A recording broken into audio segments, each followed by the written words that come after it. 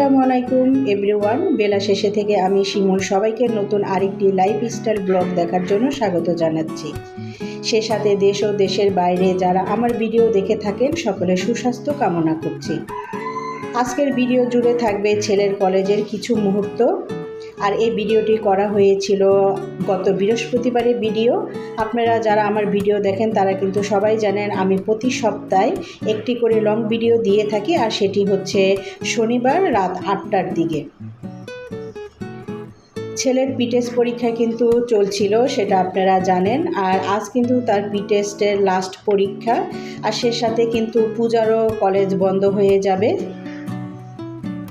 তো ছেলেকে কলেজে ঢুকিয়ে দিয়ে আমি একটু বাইরে হাঁটাহাঁটি করছি সময় কাটানোর জন্য। পরীক্ষা হচ্ছে প্রায় 2 ঘন্টা, প্রায় না মানে 2 ঘন্টা তাদের পরীক্ষা হবে। আর ছেলের কলেজে তো গার্জেন অ্যালাউ করে না, শুধু ছুটির সময় গার্জেন ঢুকতে দেয়। তাই বাইরে যেহেতু গার্জেন বসার কোনো স্পেস নেই, তার কলেজের অপোজিটেই কিন্তু খুব সুন্দর রাস্তা আছে এবং একটি পার্কও আছে, সেখানেই অনেক গার্জেনে হাঁটাহাঁটি করে এবং সময় কাটিয়ে থাকে। আমিও কিন্তু তার ব্যতিক্রম না, আমিও একটু হাঁটাহাঁটি করতে বের হয়েছি। আর পাশেই হচ্ছে মানে ছেলের কলেজের অপোজিটই হচ্ছে একটি মিশনারি স্কুল, সেটি হচ্ছে YWCA। সেখানে দেখছিলাম যে বাচ্চাদের কিছু এক্সট্রা কারিকুলাম করানো হচ্ছে, ভাবলাম সেটাও আপনাদের সাথে শেয়ার করি।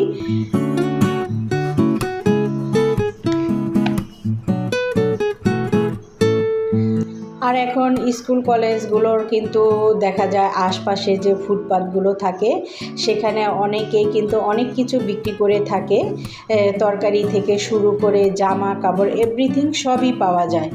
আর সেটা কিন্তু আমাদের গার্জেনদের জন্য অনেক উপকার। দেখা যায় যে হাতের কাছে কলেজ বা স্কুলে গেলে পেয়ে যাচ্ছি, সেটার জন্য আলাদা করে বাজারে বা মার্কেটও যাওয়া হচ্ছে না। প্রয়োজন মতো আমরা হাতে যেটা পাচ্ছি সেটাই নিয়ে নিচ্ছি। হয়তো সাময়িকভাবে এই ফুটপাতের দোকানগুলো দেওয়ার জন্য আমাদের চলাচলেরও ব্যাঘাত ঘটে থাকে, কিন্তু কিছু তো করার নেই। এ সমস্ত মানুষদেরও তো জীবিকা নির্বাহ করার জন্য কিছু না কিছু তো করে খেতে হবে। যেহেতু আমাদের বাংলাদেশের মতো একটি দেশে তাদের সেরকম ব্যবস্থা করা হয়নি, আমি মনে করি যে তাদের এরকম দোকান দেওয়ার জন্য আলাদাভাবে কোনো কিছু উদ্যোগ নেওয়া দরকার, সেটা আমি সরকারের দৃষ্টি আকর্ষণ করছি। আর এই রাস্তার ধারে যেতে যেতে দেখলাম এক ভাইয়া ভ্যানে করে খুব সুন্দর তরকারি বিক্রি করছে। আমার কিছু টমেটো নেওয়া দরকার ছিল, তাই ভাবলাম যে ওনার কাছ থেকে আমি আধা কেজি টমেটো কিনে নিই। আর এখানে 140 টাকা করে নিয়েছে টমেটোর কেজি। প্রত্যেকটা সবজি কিন্তু প্রচুর দাম, আমাদের মতো নিম্নবিত্ত মানে ফ্যামিলির লোকদের কিন্তু মানে দেখা যায় যে মাসিক বাজার চালাতেও খুব হিমশিম খেতে হচ্ছে। বেঁচে থাকার জন্য তো খেতে হবে, সেটা কম হোক আর বেশি হোক সেটা আর করার কিছু নেই। আর সেটা দেখার মতো এখানে কেউ নেই। ছেলের পরীক্ষা শেষ হতে আর বেশি সময় নেই, তাই আমি হাঁটতে হাঁটতে কলেজের দিকে আগাচ্ছি। গত ভিডিও কিন্তু আপনারা দেখেছিলেন যে বলেছিলাম ছেলের কলেজে একটি আইটি ফেস্টের আয়োজন করা হচ্ছে।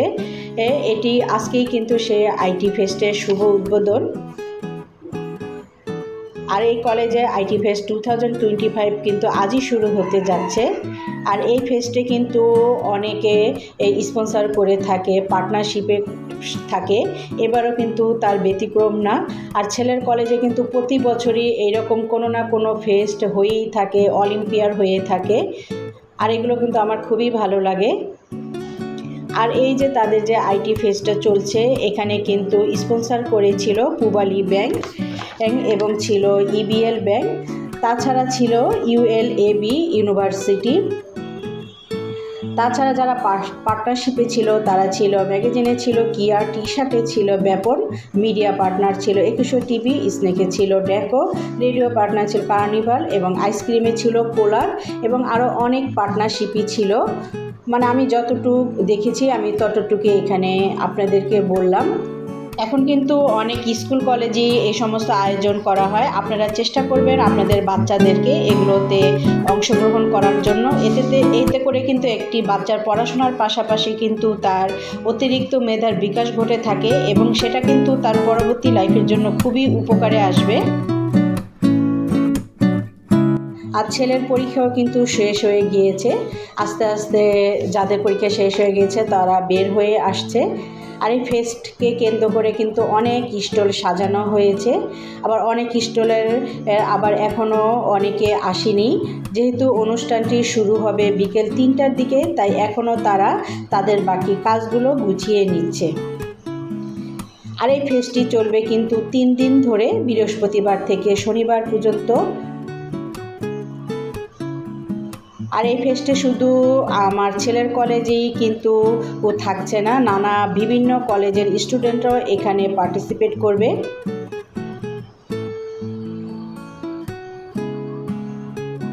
আর এই যে দেখতে পাচ্ছেন এখানে কিন্তু খাবারের স্টল বসেছে, আর কিছু স্টল এখনও ফাঁকা, সেগুলো হয়তো তারা সময় মতো এসে সাজিয়ে নিবে। এই যে আপনাদের যে বলেছিলাম পার্টনারে আছে পোলার, এই যে এখানে কিন্তু পোলারও এই যে আপু একটা ভাইয়া বসেছে, আর আপু আমাকে দেখে একটু খুবই সুন্দর মিষ্টি হাসি দিয়েছে। আর এই স্টলে বসেছে একটি জুস, মানে এখানে অনেক রকম জুস, মালটার জুস, আপেলের জুস, তরমুজের জুস, ড্রাগনের জুস, আমের জুস, আবার এখানে ফুচকারও আয়োজন করা হয়েছে।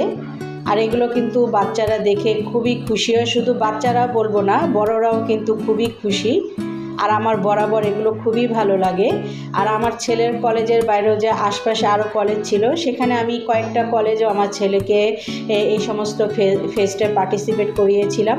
কিছু পাক বা না পাক সেটা কোনো ব্যাপার না, কিন্তু এই যে এগুলোতে যে অংশগ্রহণ, সেটাও কিন্তু বাচ্চাদের মেধার একটি বিকাশ ঘটে, সেটা আমি মনে করি। আপনারাও কিন্তু আপনাদের বাচ্চাদের এই সমস্ত ফেস্টে অংশগ্রহণ করাবেন, তাহলে দেখবেন যে বাচ্চার মেধার একটা বিকশিত হয়। আর এখানে বসেছিল একটি আপু স্পোর্টসের কিছু জিনিস নিয়ে, যেমন জুতা, বাস্কেটবল, ফুটবল, বিভিন্ন রকম কালারিং জার্সি। আর এই স্টলটা দেখে তো বাচ্চারা খুবই খুশি, মানে বলার মতো না, তারা অন্য অন্য স্টল থেকে এই স্টলটা দেখে বেশি খুশি হয়েছে।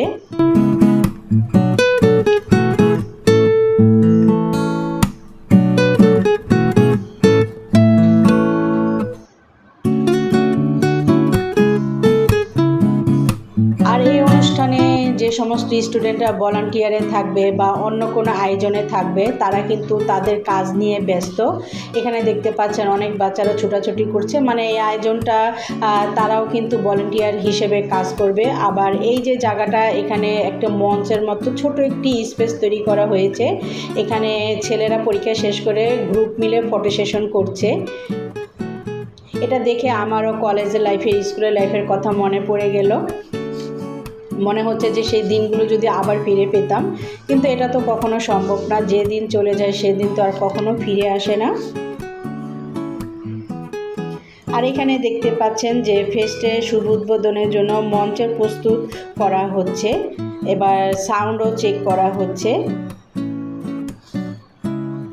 এখানে এই যে একটি স্টুডেন্টকে দেখতে পাচ্ছেন, সে কিন্তু এখানে উপস্থাপনা করবে, আর সে এখানে প্র্যাকটিস করছে আগেই, যে এখানে মাইক্রোফোন ঠিক আছে কিনা, সে কি বলবে, এগুলো সব কিছু আগে প্র্যাকটিস করছে। আর তাকে কিন্তু ইনস্ট্রাকশন দিচ্ছে একজন কলেজের ম্যাডাম, সেও তাকে হেল্প করছে। আর প্রত্যেকটা স্কুল কলেজে কিন্তু এইরকম অনুষ্ঠানের জন্য আলাদা ডিপার্টমেন্ট থাকে, যে সেখানে তারা শিক্ষক বা শিক্ষিকারা তাদের একটি প্রশিক্ষণ দিয়ে থাকে। আর অলরেডি কিন্তু মঞ্চ তৈরি হয়ে গিয়েছে, সব কিছু প্রস্তুত, শুধু অনুষ্ঠানটি শুভ উদ্বোধন হবে। আর দুঃখের বিষয় হচ্ছে আমার ছেলে এতক্ষণ থাকতে পারবে না, তার পরীক্ষা কিন্তু 2টার দিকে শেষ হয়ে গিয়েছে। আর অনুষ্ঠানটি যেহেতু 3টায় শুরু হবে, 3টায় বললেই কিন্তু 3টায় শুরু হয় না, আরও কিছু সময় নেয়। আর আমার বাসা যেহেতু অনেক দূরে, যেতে প্রায় 1 ঘন্টার মতো লাগবে, তাই ছেলেও থাকতে চাচ্ছিল না, সেও ক্লান্ত হয়ে গিয়েছিল।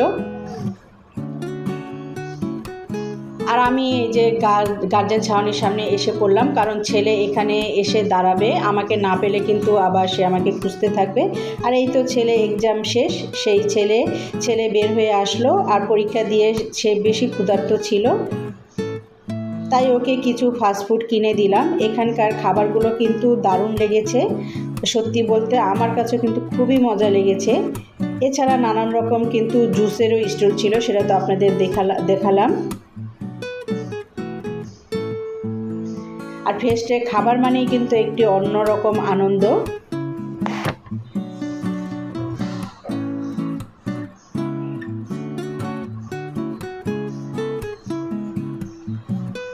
আর ছেলে নিয়েছিল এখানে রাইস, আপনার কিছু মিক্স সবজি, চিকেন আর একটি হটডগ। আর এই হটডগটা কিন্তু অসাধারণ লেগেছিল, আমি একটুখানি খেয়েছিলাম। আর একটা ড্রিঙ্কস নিয়েছিলাম, ছেলেকে বলেছিলাম যে জুস নাও, অনেকবার বলেছে সে জুস খাবে না, সে বলছিল যে আমাকে একটি ছোট আরসি লেমন কিনে দাও।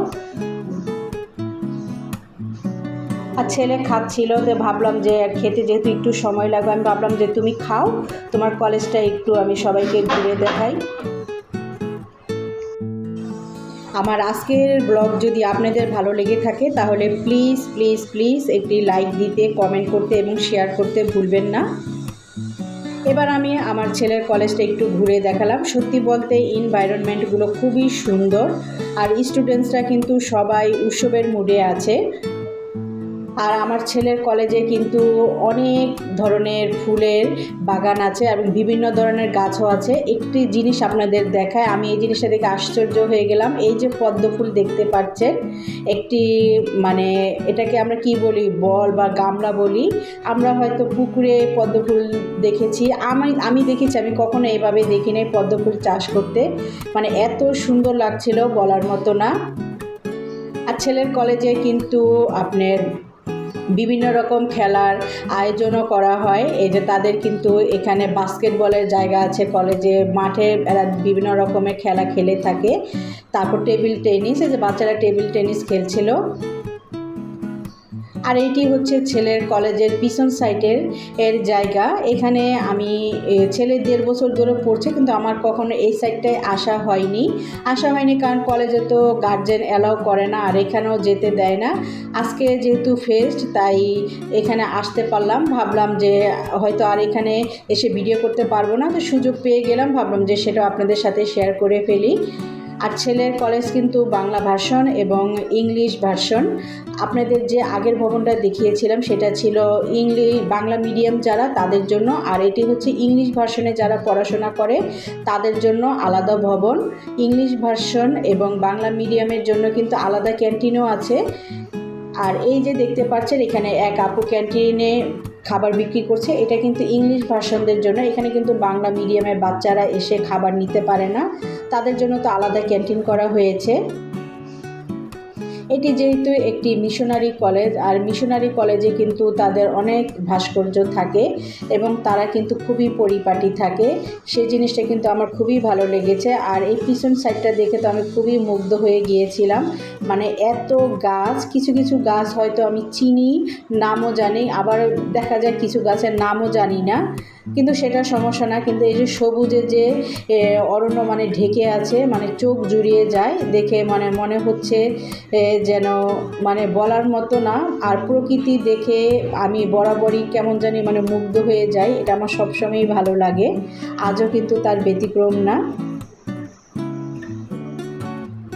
যদি সময় সুযোগ পাই আমি একদিন মানে ছেলের পুরো কলেজটা শেয়ার করার চেষ্টা করব, কতটুকু পারবো জানি না, কিন্তু কথা দিলাম যে ছেলে কলেজ থেকে বিদায় নেওয়ার আগেই একবার পুরো কলেজটা আপনাদেরকে আমি দেখাবো।